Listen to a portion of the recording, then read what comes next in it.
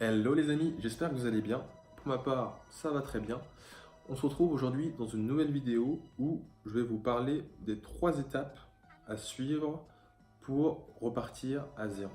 La première chose que vous devez faire, c'est regarder derrière vous. Regardez par quoi vous êtes passé et soyez reconnaissant.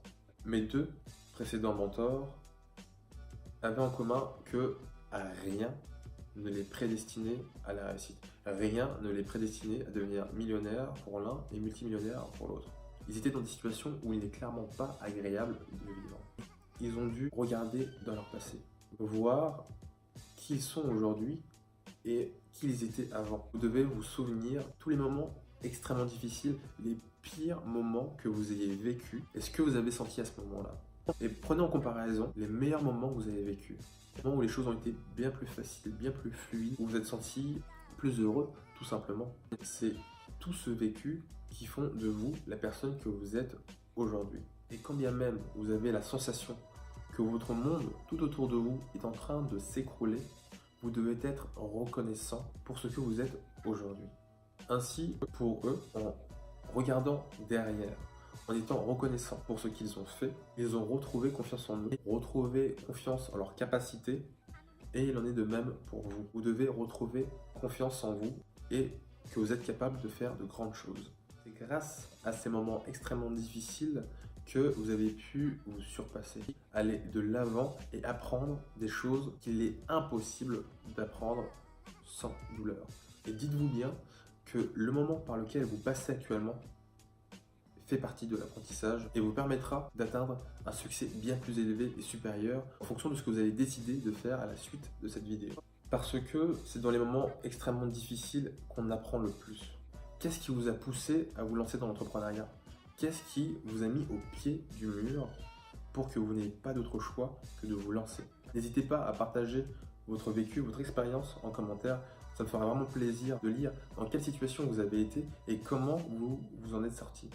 La deuxième étape, qui à mon avis est peut-être la plus difficile, c'est de faire preuve d'humilité et aller trouver du travail.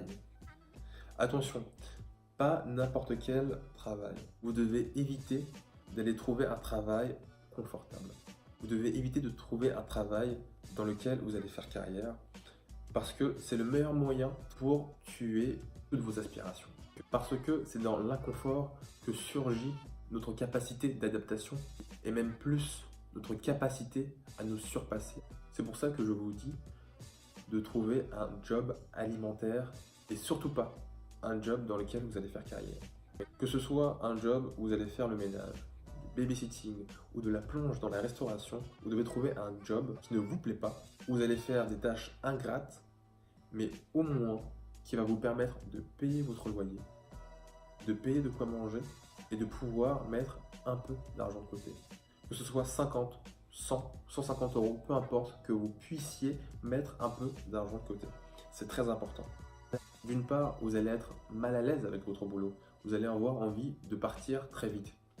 Et toute cette frustration, cette colère que vous allez avoir en vous va devenir un moteur, va vous aider à pouvoir améliorer votre situation et à vous extirper de cette mauvaise situation dans laquelle vous êtes. Au moment où vous aurez suffisamment de colère, de rage en vous, de frustration, vous allez pouvoir puiser dans vos ressources l'argent que vous aurez mis de côté pour vous lancer sur un chemin plus performant et avoir plus d'énergie et de force pour atteindre votre objectif. On est dans un pays dans lequel il n'est pas foncièrement difficile de trouver du travail. Sérieusement. Ok, ce n'est pas ce qu'il y a de meilleur. Vous allez vous retrouver à l'usine, dans des milieux qui ne vous plaisent pas. Très bien. Mais vous ne pouvez pas me dire qu'il est impossible de trouver du travail. Ok, ça ne sera pas des emplois qui vous font plaisir, qui sont agréables, mais c'est justement le but. C'est que vous ne restiez pas dans ces emplois. On arrive à la troisième étape. Cette troisième étape passe par le fait de développer de nouvelles compétences. Qui dit nouvelles compétences dit nouvelles perspectives. Pour ça, il faut vous mettre à lire. Si vous n'êtes pas fan de la lecture, forcez-vous, c'est très important. Et si vous n'êtes vraiment pas à l'aise avec ça, cherchez des vidéos YouTube de personnes qui font des synthèses de livres qui vont vous être utiles. Vous cherchez des books audio à écouter, tout simplement, parce que toute cette colère, cette frustration que vous allez faire monter en vous, qui va brûler l'intérieur, elle va avoir besoin d'un chemin, d'une direction à prendre pour que cela vous soit profitable. Voyez ça comme une cheminée dont le conduit est bouché. La flamme ne peut pas brûler. Ou bien elle brûle, mais toute la fumée toxique se répand dans la maison. Pour ça, vous avez besoin de ramoner la cheminée, vous assurer que le conduit soit clair, soit dégagé, et que les conditions soient optimales pour que ce feu puisse brûler continuellement. L'idéal, c'est d'apprendre de vous-même dans un premier temps. Et dans un deuxième temps, de trouver quelqu'un qui va vous aider à apprendre à travers des conseils concrets. Trouvez des personnes qui vont pouvoir vous communiquer leur expérience et les conseils concrets que vous allez pouvoir appliquer. Parce que la théorie, c'est bien, mais la pratique est souvent différente. Et on a besoin, pour savoir ce qui marche, de le vérifier dans la réalité. Allez trouver un professeur, un mentor ou un groupe d'entrepreneurs, de personnes qui ont les mêmes objectifs que vous, qui sont sincères dans l'idéal.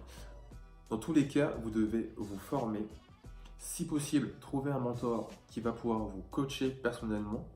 Et en plus de ça, intégrer un cercle de personnes qui visent la même chose que vous pour que cela puisse vous aider à vous tirer vers le haut. Retenez que tout cela n'est que temporaire.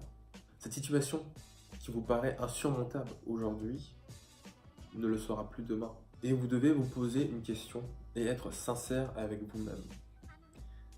Est-ce que vous faites tout ce qui est en votre pouvoir pour obtenir ce que vous souhaitez? Et sincèrement, je vous réponds que non.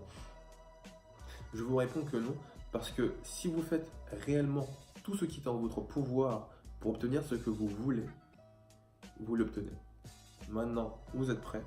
Je vous dis à la semaine prochaine pour une nouvelle vidéo. Ciao!